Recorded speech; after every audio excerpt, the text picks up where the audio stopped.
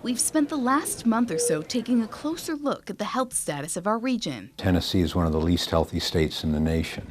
We met Denise Bruner, a longtime Kingsport resident living with type 2 diabetes, a disease that affects 1 in 8 adults here in Sullivan County. A little over a month ago, that it was so high and I needed to focus on the losing weight and exercising. And we spoke with community leaders and experts in local healthcare who say they're seriously concerned about what could potentially happen to our quality of life in years to come. We're going to be doing open heart surgeries and invasive procedures on teenagers. But along with the harsh realities and the legitimate concerns, experts say even though our region is at risk of a declining quality of life and at risk of increasingly shortened lifespans, there are things we can do today to reverse the trends. The single most important message is for people to realize that these problems can be solved. In fact, according to data from a 2014 Gallup and Healthways survey, Tennessee was the only state in the U.S. to see a significant statistical decline in obesity rates last year.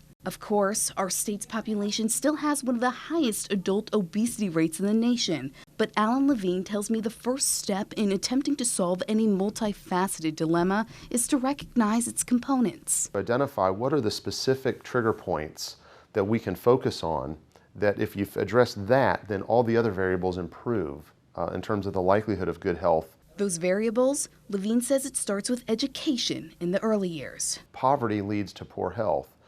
Poor education leads to poverty. And in the meantime, when it comes to improving our health, they all tell me small steps lead to big changes over time. The key to physical activity is you don't have to run a marathon. You can start by walking the dog. You can start by playing catch with the kids.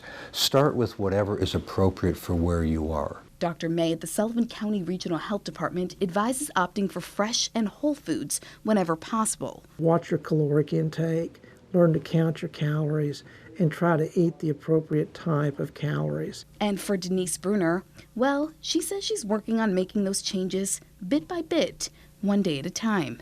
I have lost some weight, and I'm getting slowly into the exercise. In Kingsport, Anna Cuskin, ABC 19 News.